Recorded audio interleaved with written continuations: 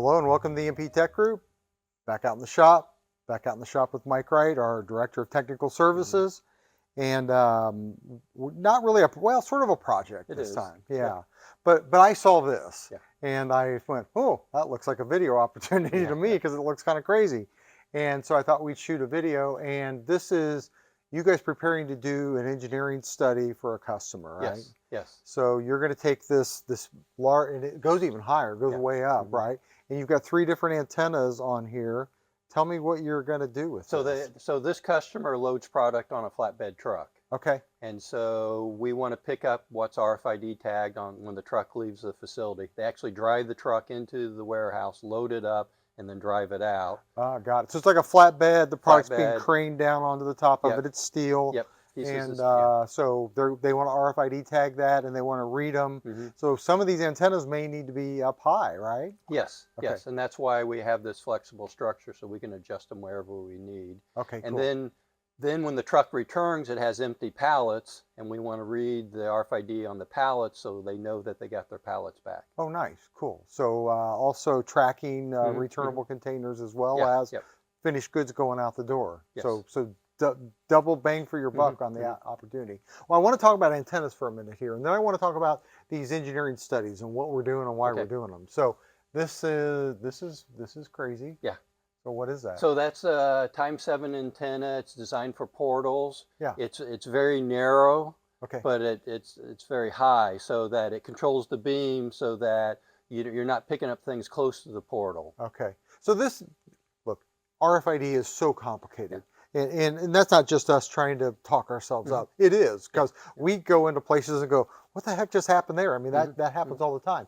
And so we keep finding new tools like this. And people go, oh, you hit the button, it reads the tag, and it's done, right?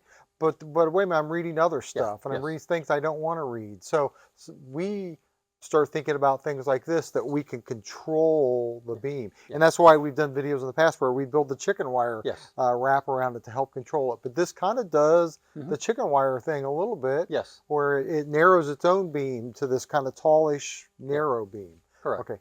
Now, we find all kinds of new antennas, and I've got this cool zebra antenna turned this way, but on the back, this antenna actually says Symbol Technologies on it, telling me it's probably like 15 years old, right? Yeah. And the antenna technology, it's still good. It still works. Yeah. I mean, this is new and cool and everything else, but this one and this one are about the same thing. So just for testing, I mean, we wouldn't sell this to anybody, but for testing, it works fine. Yeah.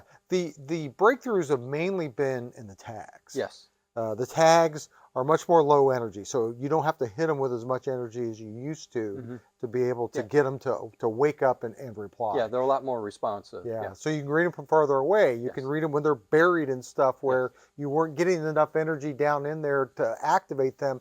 Now you are, because they don't need as much energy. Correct. So the tags have really made this, RFID come a long way for us and for our customers. Okay, so you've got this, you're going to see a customer. By the way, love this. This is a customer who was referred to us by another customer. They're a supplier to another big customer of ours. So, once we do good RFID work somewhere, we get our name gets handed around, which is fantastic. So here's where we've pivoted a little bit in the last year. And this is from watching some of our really smart customers, how they chose to go after RFID projects. And they said, we're not going to, let's pick an application, let's pick an area, let's put all these readers in, let's try to tie it into our live database. No. Let's set up, let's get some things tagged. Always starts with tagging. Let's get some readers set up.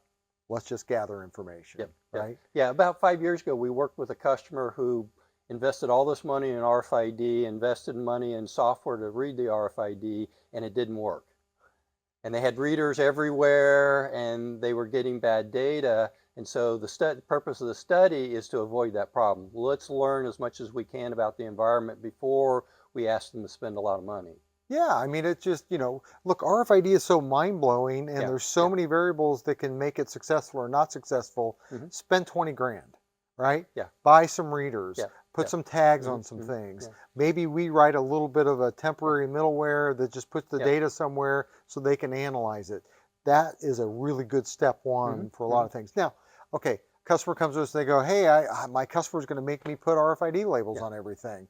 Okay, we don't need to do it for that. That's compliance labeling. That's the. But sometimes in those cases, it's where are we going to put the label? Yeah. Talked to somebody yesterday, and part of their product's metal, part of it's plastic. So how close can they put the tag on the plastic portion near the metal before it interferes with it? It's a great point. Yeah. It's a great, and so even the simple, hey, I just got to put an RFID tag label on this, not as simple. Got to think about it a little bit. Okay, so the pivot is we go in a new cut. You know, this happens all the time. Hey, we want to do RFID. Where do you want to do it? Everywhere. We want to do it everywhere. Okay, whoa. It's an elephant. We can't eat all of this in one bite. So let's pick a bite. So let's walk around your facilities. Let's look where it's easiest to get tags on product. If you're going to start tagging your product, where would you tag it? And you know, what's the flow and where are you going to get the most bang for your buck and all of that. But even before that, let's, you know, once we've done all that, let's now go in, let's set up some readers, let's set up, you know, tag some items, and let's watch things, because you were telling me another story about forklift traffic, right?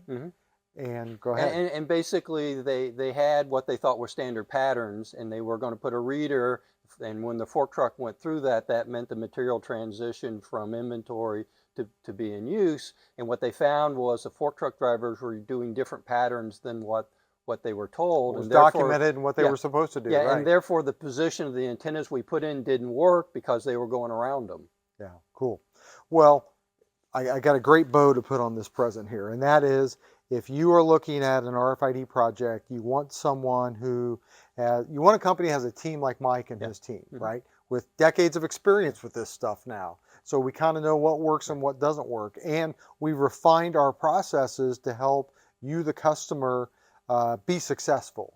And that is, okay, don't spend, you know, I got a budget, $500,000 for this. No, you don't. Budget 20 grand. Let's set some things up. Step one is let's just do a really controlled study, right? And let's watch the data, and let's watch the tagging, and let's see what we don't know.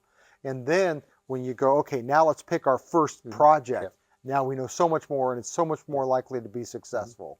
So great work by you guys. Great work watching one of our customers, how they did it. A really smart customer of ours who went, no, here's how we're going to do it. And we went, oh, everybody should do it that way. Exactly. So we're passing that helpful knowledge on.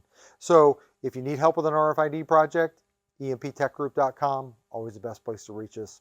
Thanks for your time. All right, thanks.